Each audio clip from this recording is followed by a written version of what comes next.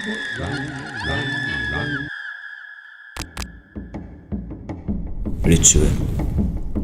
एक ऐसी प्रैक्टिस जहां लोग आपस में मिलकर कुछ परफॉर्म करते हैं। ये प्रैक्टिस दुनिया में ऑलमोस्ट हर एक रिलीजन, हर एक कल्चर के लोग अलग अलग तरीके से फॉलो करता हुआ दिखता है। लेकिन कभी कभी लोग अपने रिचुअल के नाम पे बहुत ही ज़्यादा अनयूजुअल चीज़ें भी करने लगते हैं। इसके बारे में एक नॉर्मल इंसान अपने सपने में भी नहीं सोच सकता। कुछ ऐसा एक हॉरिफाइंग रिचुअल के हादसे के बारे में एक लड़की रेडिट पे शेयर करती है, जिसे पढ़ने के बाद मैं पर्सनली बहुत ज़्यादा डिस्टर्ब हो गया था। तो अगर आपको लगता है कि आपका दिल उतना स्ट्रांग नहीं है, तब प्लीज़ ये वीडियो आगे ना देखें।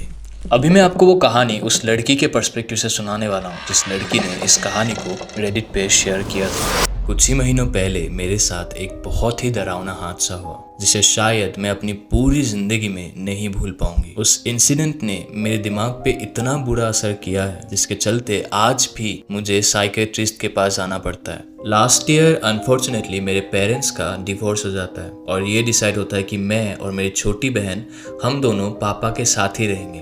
तब मैं 17 साल की थी और मेरी छोटी बहन सिर्फ 13 साल की। तब मैं इतनी बड़ी नहीं थी, बट स्टिल मुझे अपने पेरेंट्स के डिवोर्स से काफी ज्यादा दुख हुआ और मैं बस इसी होप में बैठी रही कि शायद आगे सब कुछ सही हो जाएगा। बट अनफॉर्चुनेटली ऐसा कुछ भी नहीं होता। मेरे पापा डिवोर्स के बाद बहुत ही ज़्यादा डिप्रेस्ड हो चुके थे, जिसके चलते वो लगभग रोज़ दारू पीने लगे थे और हम दोनों से भी बहुत ही रेयरली बातें करते थे। मैंने न जाने कितनी कोशिश की थी पापा को फिर से सही करने के लिए, लेकिन पता नहीं क्यों वो अपने डिवोर्स से मूव ऑन ही नहीं कर पा रहे थे। मैं रोज़ गॉड से प्रे करती थी ताकि मेरे पापा जल्द से जल्द ठीक हो जाए, और शायद एक दिन गॉड ने मेरी सुन ली थी। मेरे पापा अब धीरे धीरे ठीक होने लग गए थे।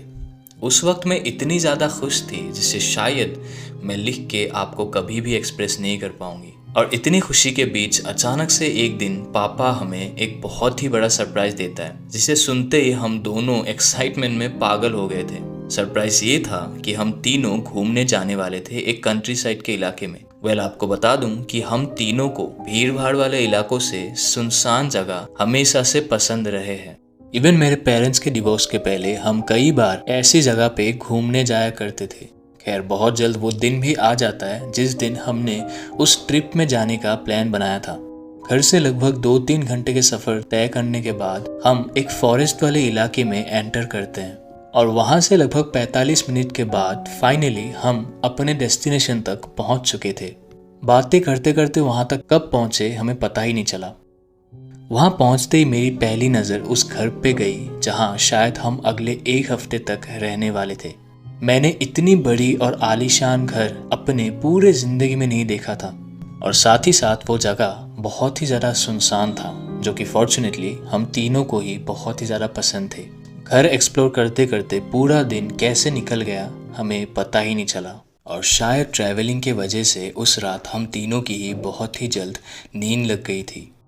फिर सुबह के 4 बजे के आसपास अचानक से मेरी आँख खुल जाती है, क्योंकि मुझे हमारे उस अपार्टमेंट के बाहर से कुछ अजीबोगरीब आवाज़ें सुनाई दे रही थी। मैं बिना ज़रा सोचे अपनी खिड़की के नीचे देखने लगा, और नीचे यानी कि उस अपार्टमेंट के गार्डन में मुझे काफ़ी सारे लोग दिखे जो अपने पूरी शरीर को वाइट ड्रेस से कवर कर रखे थे, और सबके सब अपने हाथ में एक मोमबत्ती लेके वियर्ड तरीके से कुछ प्रे कर रहे थे। ये मंजर लिटरली बहुत ही ज़्यादा डरावना था। फिर उनके ग्रुप में से एक जो सबसे आगे खड़े थे, उसने अपने जेब से एक कागज निकाल के हमारे मेन डोर के अंदर डाल लेता है। मैं तुरंत नीचे जाके वो कागज उठाया जहाँ लिखा हुआ था कि are you ready for the sacrifice. ये पढ़ते ही मैं बहुत ही बुरी तरीके से डर गई थी। फिर मैं भाग के अपने पापा के पास गई और उन्हें कांपते हुए आवाज में सब कुछ बताया। वो मेरी हालत देख के नीचे देखने आए, लेकिन स्ट्रेंजली तब तक वहाँ से सारे लोग भाग चुके थे। मेरे पापा को शायद यही लगा होगा कि मैंने कोई बुरा सपना देखा है, जिसके चलते मैं इतनी ज़्यादा डर गई हूँ। पापा की बात ना काट कर मैंने उनके सामने ये एक्सेप्ट कर लिया था कि शायद मैंने ही कोई बुरा सपना देखा है, बट अंदर ही अंदर मुझे ये बात अच्छे से पता था कि वो कोई सपना नहीं बल्कि हकीकत था। खैर मैं उस वक्त ज़्यादा ना सोचकर सो गई थी, और अगले दिन सुबह वो सब बातें भूलकर मैं अपनी छोटी बहन के साथ खेलने लगी। खेलते खेलते हम गार्डन से जंगल की तरफ पहुंच गए थे। वो जंगल लिटरली बहुत ही ज़्यादा डरावना लग रहा था। हम वहाँ पे खेल ही रहे थे कि तभी एक ब्लैक कलर की कार तेजी से आके मेरी छोटी बहन को उठा लेती है। वो लोग कोई और नहीं बल्कि वही ग्रुप के मेंबर्स थे जिन्हें मैं कल रात देखी थी। उस वक्त डर मेरे ऊपर इतना ज़्यादा हावी हो जाता है कि मैं अपनी जगह से हिल भी नहीं पा रही थी। बट जैसे तैसे करके मैं अपने अपार्टमेंट तक पहुंची और पापा के सामने रोते रोते सब कुछ बोलने लगा। फिर हम दोनों वापस से उस जगह तक पहुंचे जहां मेरी छोटी बहन को उन लोगों ने उठा लिया था। वहां पहुंच के मेरे पापा पागलों की तरह आसपास मेरी छोटी बहन को ढूंढने लगे। ऐसा लग रहा था कि वो अपना दिमागी संतुलन कंप्लीटली खो दिया है। हम दोनों की हालत रोते रोते बहुत ही ज़्यादा ख़राब हो चुके थे, बट किसी तरह पुलिस को ये बात इन्फॉर्म करना हमने सही समझा। वहाँ के नज़दीक पुलिस स्टेशन में हमने जैसे ही पुलिस को अपनी छोटी बहन की किडनैपिंग के बारे में बताया, वहाँ के ऑलमोस्ट सारे पुलिस वालों के शक्ल पे 12 बज गए थे। इस डर के बारे में जब पापा ने उन पुलिस वालों से पूछा तब उन्होंने बताया कि इस टाउन में पिछले 1 महीनों में ऑलमोस्ट 50 से ज़्यादा बच्चे गायब होने की कंप्लेंट फाइल हुई है। और उन्होंने ये भी बताया कि सारे केसेस में एक सफ़ेद कपड़े पहनने वाले ग्रुप लोगों के घर पे जाके पहले एक वार्निंग लेटर देता है, जहां अक्सर वो कुछ सेक्रीफाइसेस के बारे में लिखता है और फिर अगले ही दिन बड़ी चालाकी से वो लोग उस घर के सारे बच्चे को किडनैप कर लेता है। ये सब सुन के हम दोनों बहुत ही ज़्यादा परेशान हो गए थे और पुलिस स्टेशन से निकल के खुद से ही जितना हो सके उसे यानी कि मेरी छोटी बहन को ढूंढने लगे। हमने अगले 4-5 दिन लगातार सुबह से शाम तक बस मेरी छोटी बहन की तलाश में ही लगे रहे, बट अनफॉर्चुनेटली हमें वो नहीं मिल पाई। उसके बाद हम दोनों बहुत ही ज़्यादा टूट चुके थे। शायद उस वक्त मेरे पापा भी कहीं ना कहीं इस बात को एक्सेप्ट कर लिए थे कि अब उनकी बेटी उन्हें वापस कभी नहीं मिलने वाली, और इसलिए मेरे पापा थक हार कर अपने असली घर वापस जाने का डिसाइड करता है। रास्ते में मैं और मेरे पापा बस रोए जा रहे थे और एक गिल्ट जो मुझे अंदर से ही बहुत ही ज़्यादा खा रहा था कि अगर मैं उस दिन थोड़ी सी हिम्मत दिखा दी होती तो शायद आज मेरी छोटी बहन की किडनैपिंग नहीं होती। घर पहुंचने के बाद मैं अपने आप को एक कमरे के अंदर लॉक कर लिया था और मेरे पापा भी एक बार फिर से डिप्रेशन में जा चुके थे, लेकिन इस बार मेरे अंदर इतना ताकत नहीं था कि मैं अपने पापा को कुछ भी समझा पाऊँ। 2 दिन ऐसे ही बीतने के बाद तीसरे दिन जब मैं अपनी रूम की खिड़की के सामने बैठी हुई थी तब अचानक से मेरी नज़र नीचे गई, जहाँ मैंने वही सेम वाइट कपड़े पहनने वाले लोगों को बहुत ही ज़्यादा क्रीपी तरीके से डांस करते हुए देखा। उस वक्त मैं अपने घर पे अकेली थी क्योंकि तब तक मेरे पापा ऑफिस के लिए निकल चुके थे। किसी तरह मैंने अपने पापा को कॉल करके अपने हालत के बारे में बताया।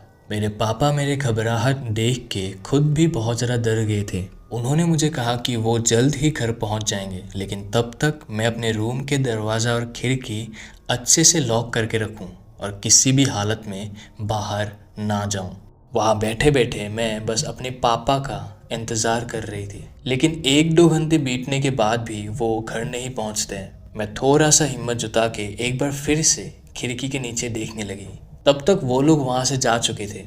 उस वक्त मेरे दिमाग में हज़ारों सवाल घूम रहे थे, जैसे कि इन लोगों को हमारे घर का एड्रेस कहाँ से मिला होगा, क्या उन टाउन के पुलिस वाले भी उनके साथ जुड़े हुए हैं। मैं ये सब सोच ही रही थी कि तभी मुझे अपने घर पे लगी सीसीटीवी के बारे में याद आता है और मैं भाग के उन फुटेजेस को चेक करने जाती हूँ, जहाँ लकीली सीसीटीवी में वो वाइट ड्रेस पहनने वाले लोग साफ दिखाई दे रहे थे। मैंने सोचा कि क्यों ना इन फुटेजेस को यहाँ के पुलिस ऑफिसर को दी जाए ताकि इस केस को सॉल्व करने में उन्हें कुछ ना कुछ मदद मिले। लेकिन उस वक्त पता नहीं क्यों मुझे अपना पेन ड्राइव नहीं मिल रहे थे। मैंने अपने डैड के रूम के अलावा सारे रूम अच्छे से चेक कर लिया था। क्योंकि बचपन से ही हमें पापा के रूम में जाने का परमिशन नहीं था, बट उस दिन मुझे हर हालत में अपना पेन ड्राइव चाहिए था ताकि मैं उन फुटेजेस को पेन ड्राइव में डाल के पुलिस को दे सकूं। तो उस दिन बिना ज़रा सोचे मैं अपने पापा के रूम के अंदर चली जाती हूँ। उस दिन उनके रूम के अंदर एक अजीब सी स्मेल आ रही थी, पता नहीं किस चीज़ की। खैर वो सब इग्नोर करके मैं उनके रूम के अंदर एक एक ड्रॉयर अच्छे से चेक करने लगती हूँ, बट वहाँ पे मेरा पेन ड्राइव नहीं था। उसके बाद जैसे ही मेरी नज़र उनके बेड पे पड़ी, वहाँ पे मुझे एक अजीब सी बॉक्स दिखाई दी जो साइज में काफ़ी बड़ा था। एक टाइम के लिए मुझे वो बॉक्स खोलना एथिकली सही नहीं लगा, बट मैं उस वक्त अपने आप को रोक नहीं पाई और उस बॉक्स को खोल ही दिया। उसके अंदर मुझे एक चिट्ठी मिली जहाँ लिखा हुआ था, thank you for your sacrifice. और उसके साथ उस बॉक्स में मुझे और 2-3 फोटोज भी मिले, जिसे देखकर मेरे घबराहट से पूरी शरीर कांपने लगी, क्योंकि उन फोटोज में वो वाइट ड्रेस पहनने वाले लोग मेरे पापा के साथ बैठकर कुछ रिचुअल्स कर रहे थे। ये सब देख के लिटरली मेरे पैरों के नीचे से जमीन खिसक गई थी, बट स्टिल मैं वहां से भागने की बजाय उनके रूम में और भी ज्यादा तलाशी लेने लगी। मैं आसपास देख ही रही थी कि तभी मेरी नज़र अलमारी के ऊपर रखे हुए एक बैग पर पड़ी, जिसके आसपास बहुत सारी मक्खियां भिनभिना रही थी। और वो स्मेल जो मुझे रूम पे घुसते ही मिला था, वो शायद इस बैग से ही आ रही थी। और जैसे ही मैंने उस बॉक्स को खोला, मेरी लिटरली बहुत ही जोर से चीख निकल गई थी, क्योंकि उस बॉक्स के अंदर मेरी छोटी बहन का कटा हुआ सर रखा हुआ था। वो नज़ारा इतना डरावना था जिसे शायद मैं आपको कभी भी एक्सप्रेस नहीं कर पाऊंगी, बट किसी तरह मैं अपने आप को संभाल के वहाँ से भाग निकला। इसके आगे क्या हुआ था वो एग्जैक्टली मैं आपको नहीं कह पाऊंगी, बट इतना कह सकती हूँ कि उस हादसे ने मेरे दिमाग पे बहुत ही बुरा असर किया है, जिसके चलते मुझे आज भी साइकेट्रिस्ट के पास जाना पड़ता है।